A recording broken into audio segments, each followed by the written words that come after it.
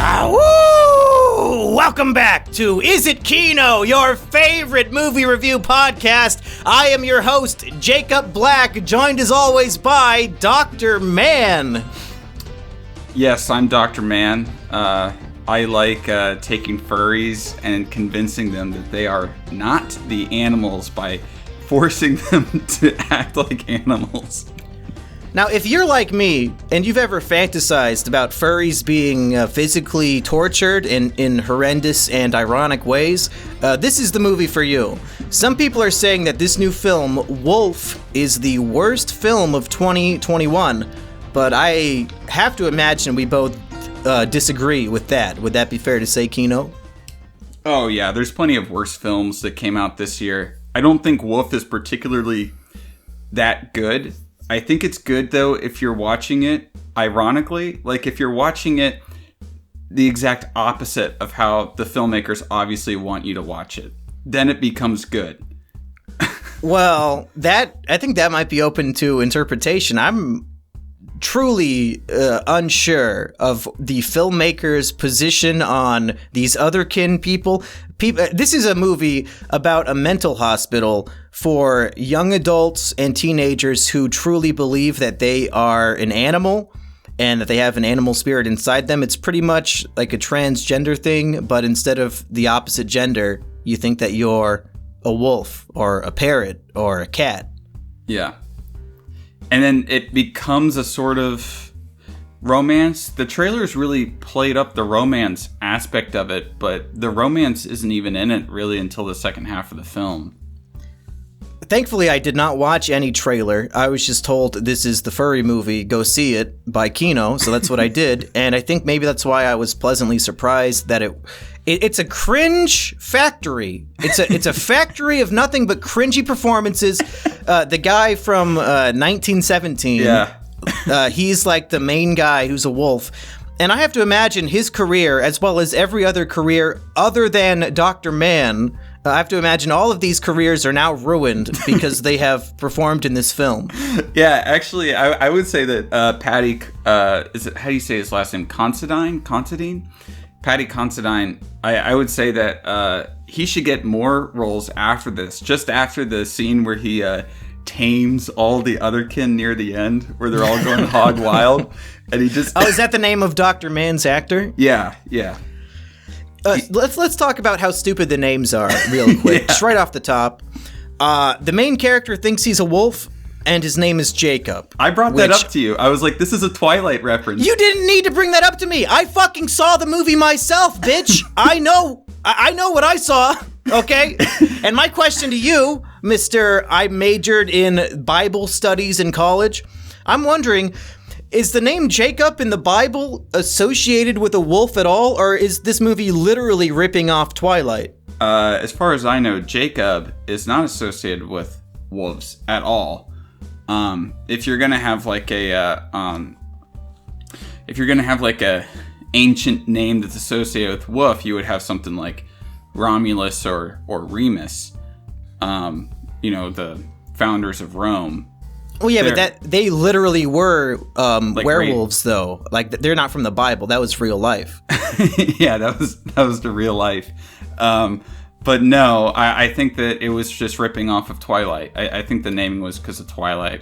It had to have been either an oversight or a coincidence, because they can't be that stupid, right? But then again, maybe they are, because the doctor who was trying to cure the Otherkin is literally named Dr. Man, which is... It's more embarrassing than when they named Matt Damon's character Dr. Man in Interstellar. Like, I thought that was a little too on the nose, but this is absurd. Yeah. And actually, speaking of Dr. Man, he's by far the best character in the whole film, even though he's the only character. Yeah, everyone else...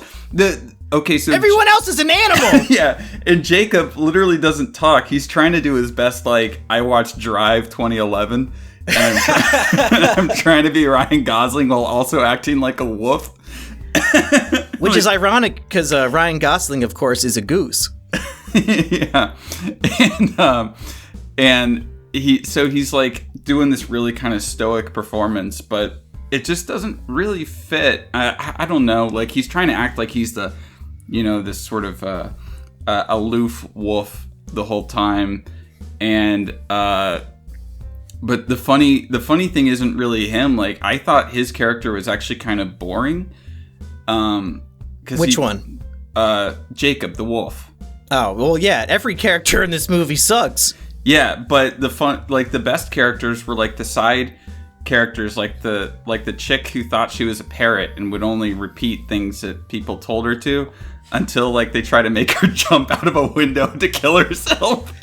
Yeah, the best scenes in the movie are when Dr. Mann is trying to convince them that they're not the animal they are by like giving them commands that only the animal could do. And if the people actually go through with it, they will be horrendously injured. Like, there's a giant tall guy who thinks he's a squirrel. So Dr. Mann is like forcing him to try to climb a tree. And unexpected gore is the best kind of gore. I was not expecting any gory, bloody, disgusting things in this film. But this fucking giant guy putting all of his weight just on his fingernails, trying to dig it into the bark of a tree, and then the entire fingernail comes off and it's all bloody. Oh, guttural reaction. I cried out in the theater. Thankfully, I was literally the only person there other than who I went with. I was the only person in the theater when I saw it. Is this movie going to be a catastrophic failure if we're the only ones going to see it? Oh, wait, my dog is howling at the door. I gotta let him in. Uh-oh. This actually fits in. You don't have to cut this part out. And speaking of dogs, there's the one character who thought he was a German Shepherd or Golden Retriever or something. He thought it was a dog. And the movie starts off with that character is like they're doing a group session, and he introduces himself as Rufus. And I thought, Rufus is a dog's name. And then he says that he's a dog, and I'm like, what the fuck? Like, every single character is ironically named.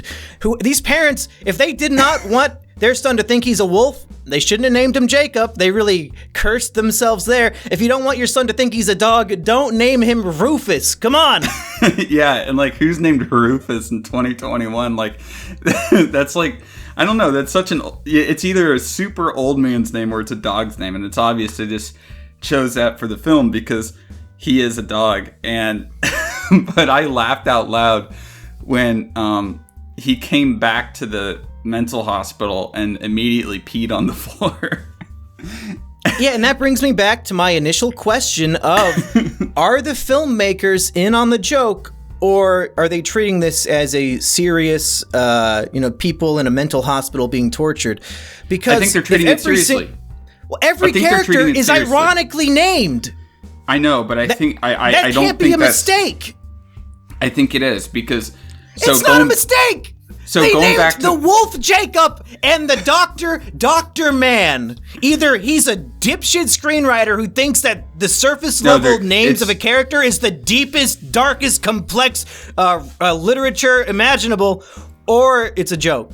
It's because they're trying to be allegorical. It's because they're thinking like every name has to like mean something or has to like connect with the character in some way.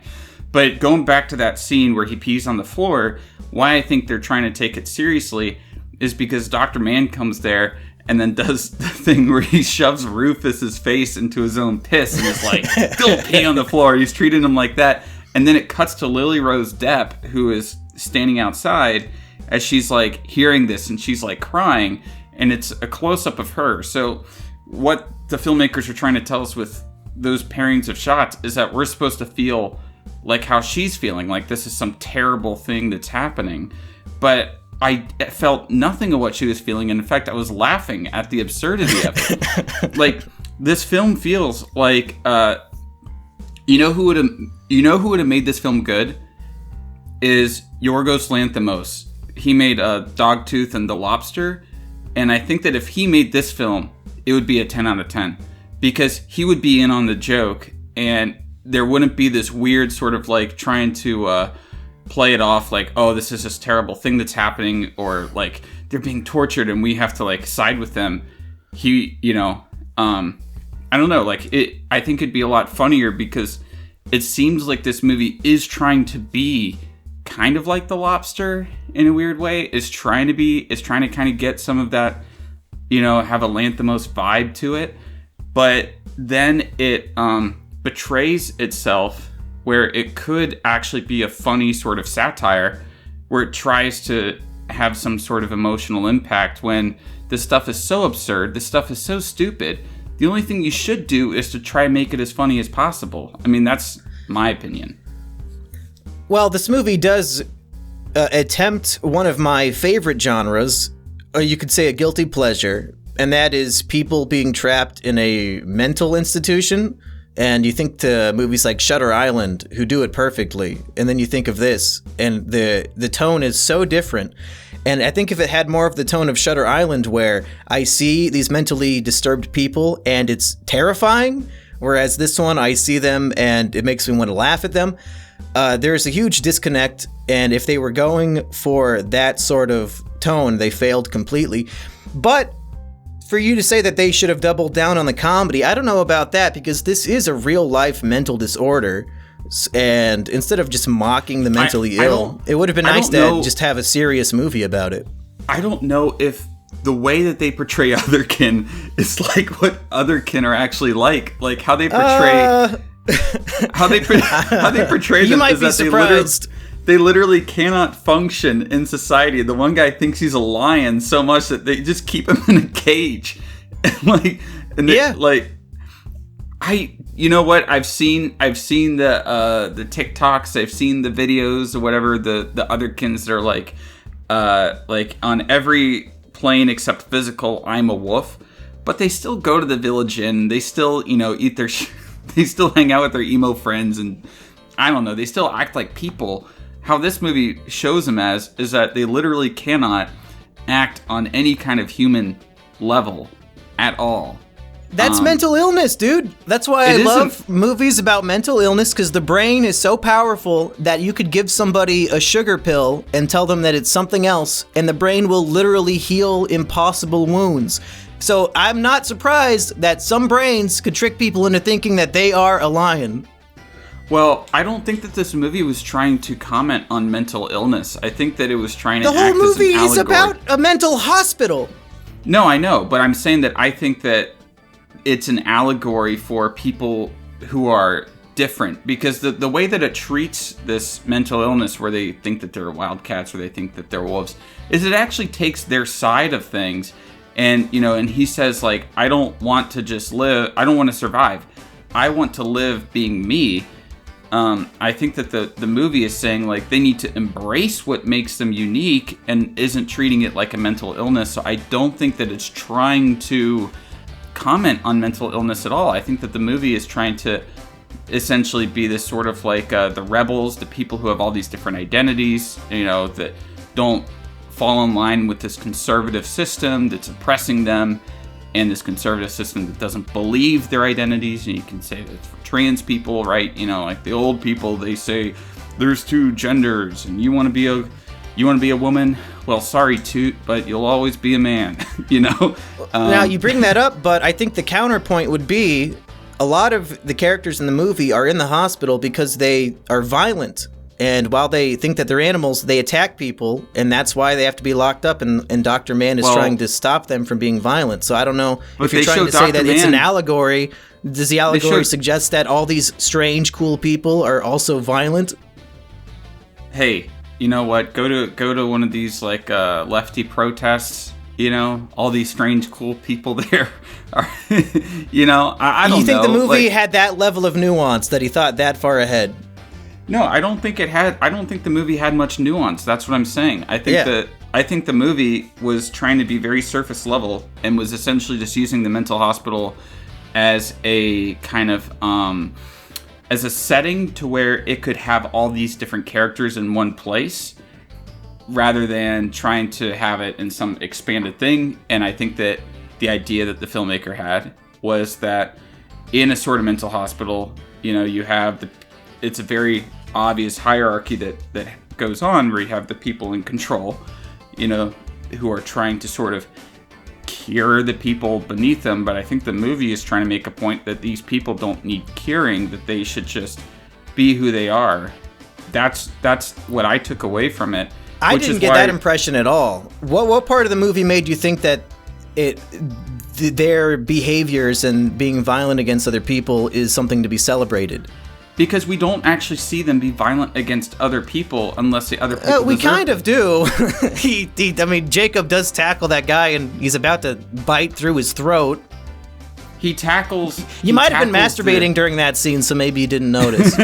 He tackles the one guy for bullying the little kid, so he's seen as like a protector. You know, he only does violence when it's justified in the movie. And then he tackles Dr. Mann, because Dr. Mann is the evil big bad guy, the Nurse Ratched of this film. Let's talk a little bit more about Dr. Mann instead of all of our hypothetical allegories for this surface level dog shit movie. Dr. Mann, I think the question with him is, did he do anything wrong? No, I don't think he did.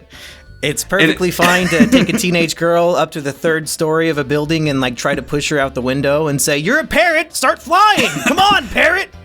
Yeah, you think that's fine? Yeah, because it was funny. It was very funny. And at the end, when the animals, my ass off.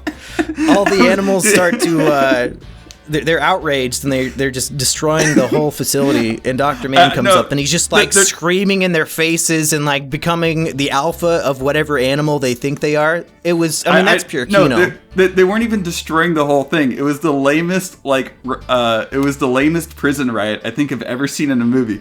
They turned over a few tables and then were jumping around in place. That's what they were doing. Yeah, I would imagine the screenwriter in their mind thought this was going to be a lot more epic and a lot more violent, and then just they had the one set with a couple fake trees and a few tables, and it was kind of like in Malcolm in the Middle when the retard class that Dewey is in charge of like takes over the classroom. It was not that epic or engaging. Yeah, but it was really funny to have all these close-ups of Dr. Mann as he's like going by the one guy going, "Woof, woof, woof, woof." Like, just he was barking into their ears, becoming the alpha of the group. I thought that was hilarious. And that is why I would consider the film to be Kino. It falls under all of my qualifications for being Kino. It was entertaining, and it showed me something I've never seen before. So everybody who said this is the worst film of the year clearly missed The Eternals when it came out. Yeah, I would still say The Eternals is the worst film of the year. I would say Santa Inc., but that's a TV show. So. Yeah, not a film. Yeah. But, yeah, no, Dr. Mann stuff. Also, what I did like in the movie, and it tries to portray it, as I said, like, the thing is that, as I said, I think that there is a tonal disconnect in the film, where the film is trying to, and I wanted to say this earlier, it's like if somebody who grew up on young adult novels tried to make a Yorgos Lanthimos film. So it also has all the trappings of like a young adult novel. You know,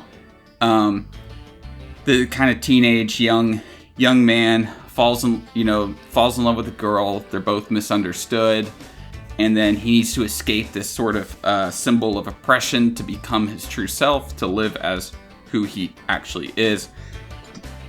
And which is absurd, because at the end of the movie, he escapes, or it's implied that he's like going to escape and get away, but he doesn't even have a shirt. Like you can't live as a wolf and be free out in the wilderness. You're going to literally die. Yeah, exactly. And then so the how other is thing that is a message of embracing your true self when he is dooming himself to an early death? Because the thing is that it's the Rousseau idea of nature, right? Like civilization, society, basically taints men. We have to go back to nature, to the natural state of things. He's returning to monk. Yeah, he's returning to monkey. That's what the movie is doing. Is he's returning to monkey, and is that a good thing? Well, the movie seems to think it's a good thing, but any person who's watching it who has more than 85 IQ points will be like, anybody with a human brain. Yeah. Maybe that's the problem. Maybe the director of it is an animal. Although so I should show this movie to my cats and my bearded dragon and see if they like it more than we did. Yeah. Well, maybe they'll understand. But supposedly, though, the director said, this is what I heard. someone told this to me, but supposedly the director said that she didn't do any research into Otherkin, and she wasn't really interested. You don't say. Yeah, and that's what I'm saying, that I don't think that they actually cared about the whole mental illness side of things. Like, she literally did not... The director is on record saying that she literally does not give a shit about Otherkins. Well, what if... in that case, maybe this director is a little bit more like us, and she discovered a weird subculture and thought, what if I make a horror movie about this, about all these weird, freaky people, and then we have the doctor who is just torturing them, and that's the full film, and there's nothing else. Because I could see us making a movie like this. You know, I have if you're into these little brats getting tortured, I have a better movie for you. It's called Sallow, or the 120 Days of Sodom. Do those people deserve the torture, though? No, see, I guess... That's why this movie is satisfying. Well, I guess you could have it where it's like the four libertines, you know, Dr. Mann and the other woman and stuff like that. And you just kind of make it more like Sallow. You just make it more like... But the audience is kind of getting off on the fact that these weirdos are being tortured for an hour and a half. Does it really count as creative input if you're the one saying make the movie more like Sallow? I feel like that applies to every movie you've ever seen. No, that doesn't apply to every movie I've ever seen. But you don't think Clifford should have been more like Sallow? Well, it would have been funny if Clifford ate his own shit. I mean, he is a giant dog.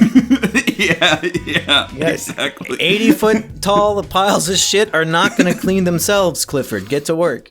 They should have, you know, in Clifford, they should have had the scene like in that one Jurassic Park film where they have to find the satellite phone in the piles of dinosaur shit.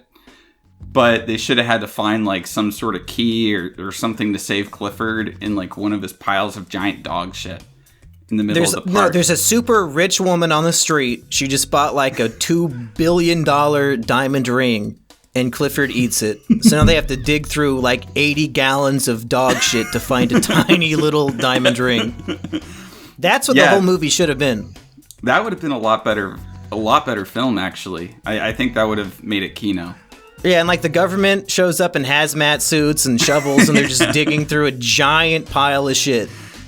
Or maybe it was like some sort of spy thing or nuclear weapon or something like that. I don't know. Like, have some intrigue in there. Have some, the world depends on these guys digging through Clifford's dog shit. It's a thriller. It's a race against time.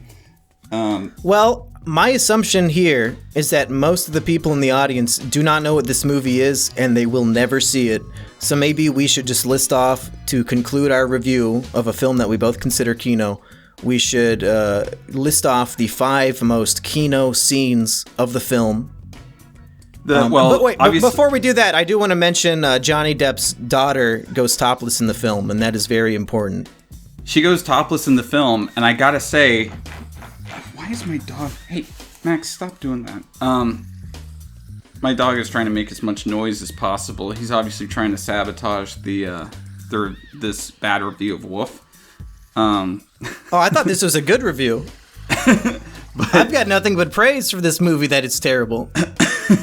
Well, I want to say this about Lily Rose Depp, right? That scene where they had her go topless. Obviously, the set was very cold. It looked very cold. If you know what I mean, because those were some pointy nipples. It had to be super cold in there. Much like a BB gun, those nipples will shoot your eyes out, kid. Yeah, I was like, she could use those to get him out of the cell that he was in.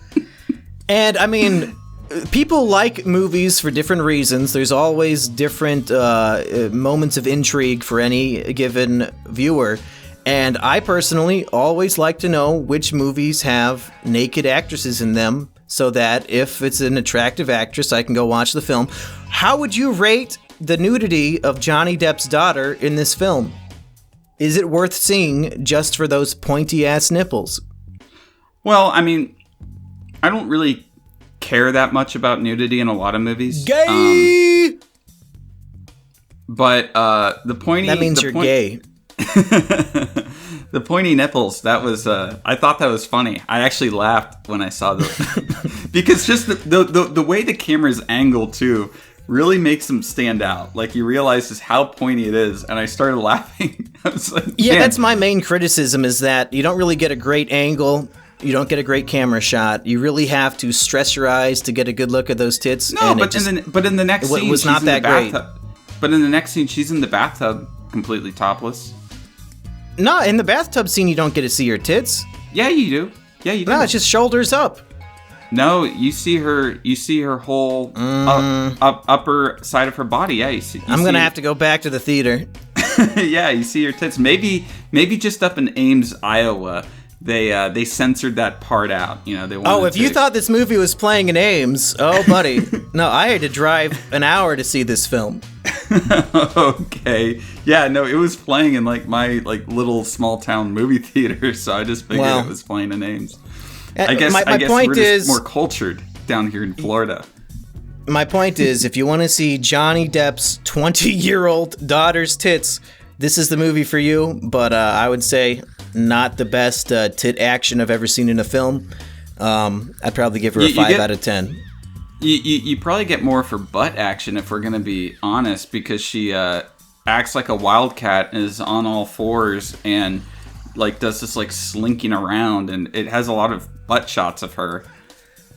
Just kind of slinking around as a wildcat. And probably the most Kino scene in the movie is, it felt like it was 5 minutes long, of her and Jacob like on all fours, circling each other, sniffing each other for like 5 minutes. It's supposed to be like this romance scene. Where like wild animals who are...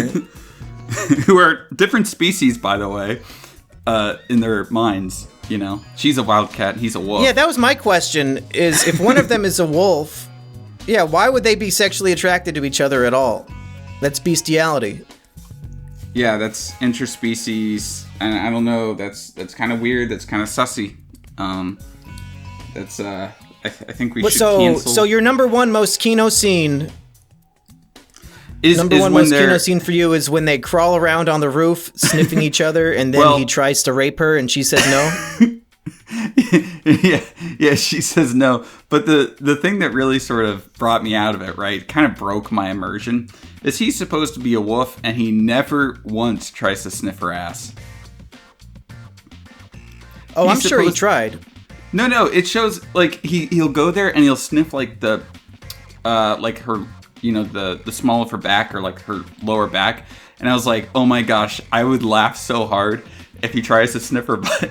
But it never happened. I was waiting for it. I was like, I don't know, that like they went the distance in Clifford with that, right? They did that in Clifford, a PG rated movie made for kids. But then they don't do this in this adult, hard hitting film about lots of deep themes and everything like that. They don't have butt sniffing in this movie. Completely immersion breaking. That's all I have to say. We've got to wait for the 4K Blu-ray director's cut. Yeah, actually, though, if I'm to say like what my favorite scene of the movie is, it's honestly it's just one of the scenes where Dr. Mann is torturing them, because I was laughing my ass off every single time. Well, let me give you the proper top 5 then. Top 5 most Kino scenes. You want to include the most awkward 4-minute scene I've ever witnessed in a theater, of these two people pretending to be animals, crawling around, sniffing each other in silence for literally 4 minutes. I did time it. It is extremely long and uncomfortable, and I would cut it out of the movie. You say it's the best part, so okay, that's number 1. Number 2... Dr. Mann screaming at all the animals while they're freaking out. It's like the big climax of the film. Pure Kino. Number 3, pushing the parrot out the window. Hilarious. Number 4, do you remember this scene, Kino? When they're trying to help the animals embrace their humanity, and what is more human than laughter? So they're they're forcing all of these animals to laugh, and they're like crying and weeping while laughing hysterically, and it's the creepiest, scariest, funniest shit I've seen this year. Yeah, that was a good scene. That was funny. Really, like, just watch the 5 scenes we're mentioning here, and the rest of the movie you could skip. Yeah, actually, a lot of the scenes in the movie are kind of boring, if I'm going to be honest. Yeah. But I did like the little videos that they would play for them about how great, like, Man was, and the one scene where he's eating his lunch while watching this video of, like, cheetahs or lions or some wildcats just, like, eating this carcass of an animal. And it's, like, a really, like, close-up of the meat, the muscles and, like, the gore and all that kind of stuff. And he's just, like, watching it, like, with dead eyes. I don't know. I was laughing. Like, the thing is that I was laughing, but I don't think that the filmmakers wanted me to be laughing. That's the thing for me, right? Is that if with something like The Lobster, I know that it's satire, that it's black comedy, but with this, it's tonally just so weird that I don't think I'm supposed to be laughing, but it's still, these parts are still hilarious. So, well, I think know. A failed drama is typically the funniest genre in history, because even like The Room was not meant to be a comedy. That's supposed to be a drama, just like this. And I'd say this and The Room are 2 of the funnier movies of the millennium so far. yeah, and also like The Room, it's a lot of boring bits, but then there's like this golden scene sort of in the mix there. It's like, you know, it's literally like trying to find a diamond ring in a giant pile of dog shit. That's what the movie is like. Yeah, I was just gonna say that. It's so apt that we even brought up that idea, because this is the exact metaphor for watching this movie. But the diamonds are so worth it that I do not regret paying for a ticket to see this film. And I mean, if we're gonna get into the end game here of the podcast, I mean, I've already said my piece. This movie is Kino, and I would recommend that you get just any people who you can get in the same room with you, your friends, your family, homeless people off the street. Just sit down with other people and watch this film. Don't watch it alone unless you have a lot of Kleenex and tissues available and lotion. Yeah. I mean, after watching the movie, I was just like Jacob when he was really trying to stifle his howl early on, where you see him go and he's like trying not to howl, and he's just doing all these facial contortions. I wanted to do that once leaving the cinema. I just wanted to run outside and howl really loud, because that's just how much the movie just gripped me. You know, it made me want to become like Jacob. When we do our top 10 Kinos of 2021, will this film appear on your list? Well, considering that 2021 hasn't really given me that many movies that I've liked that much, there's a possibility that any movie could be on the top 10 list at this point. Number 3, Clifford the Big Red Dog. Number 2, the Thunder Express. What was that show called? Oh, what was it called? Thunder Force. Thunder Force. Number 1, Wolf. That's my list. No, I thought you were describing Florian's list. Yeah, he forwarded it to me early. Yeah. I would not say that. Do you think Florian would like this movie? Look, I actually think he would. I think that he would agree with, he'd be like, oh yeah, it has a good message about embracing yourself. I don't think he would get that takeaway. I think he might. No, well, actually, the last time an Austrian man tried to be himself, he was shut down pretty quick. Yeah, that's when the one doctor was sharing the picture of Hitler's favorite food, right? Yeah. That's the one. But I also, before we end this, I want to bring up that one weird scene where a guy in a horse mask throws a dead dog into the hospital. It's just like random. It's like this random sort of event. He just throws a dead dog into the hospital, and they chase him off, and then nothing else about that happens.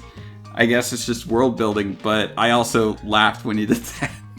I don't know. Maybe I'm a sick guy, just like my hero Patrick Bateman. I'm just a really sick guy. But recalling that scene just reminded me are really inspired me to realize that you are wrong. The theme of the movie is not about embracing yourself and being the wolf inside. That's fucking stupid. The theme is clearly that the mental health industry is not properly equipped to deal with people who are going through issues, and Dr. Man is a prime example. He's not giving these people proper treatment. Instead, he's torturing and hurting them, which is really what the pharmaceutical industry does to mentally ill people every day. That's what the movie's about. Fuck you. I win. I think it could be about both things. Oh, okay. Because clearly that was an ex-patient who was tortured by Dr. Man, and that's why he's throwing the dog through the window as a big fuck you. Speaking of, my dog is coughing over there right now, so if you're hearing that... well, let's just end the show then. Very uncomfortable about us talking about throwing dead dogs through the window. Well, it's about to happen to him if he doesn't shut the fuck up. Well, he is like 20 years old, so he's not exactly a young pup, but... yeah, I think it could be about two things, or both things, but as I said, I think it's really tonally inconsistent, and I think that it's a very confused movie, and that is why it's so funny, is because it's so that's why it's Kino confused.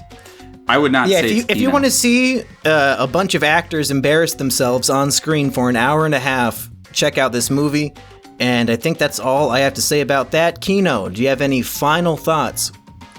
No, I mean, I agree with that. If you want to see George McKay and Lily Rose Depp and, act like they're cats and wolves, and then another kid act like he's a little ducky, and a girl dressed all in feathers and acting like she's a parrot, and a guy who thinks he's a squirrel, and for some reason he's allowed a big squirrel tail that he wears. Yeah, they should be taking away their accessories, because I feel like that's just reinforcing the mental instability. And I wasn't quite sure, because you see that squirrel tail in the background. I was like, what the heck is that in the background? I thought it was like somebody was a camel, but no, it's a squirrel guy. Yeah, if this bitch thinks she's a parrot and she's wearing a beak over her mouth at all times, remove it! What are you doing? Yeah. That's not going to convince her she's a human if you let her keep her beak. And they have dog bowls on the floor to let the dogs eat out of. When they take them outside, they put them on a leash. Since when is a fucking squirrel on a leash? I don't know. I guess we'll find out in the sequel. In the movie, I guess that's when squirrels are on leashes. But no, I think if you want to go watch some actors embarrass themselves with some cringe-worthy performances, you'll probably be bored for most of the movie, but there's going to be some scenes that are going to make up for it, and you're going to have a good laugh with your friends, and hopefully, you don't get too turned on, like Monkey obviously did. Something about 8-inch long nipples really get me going.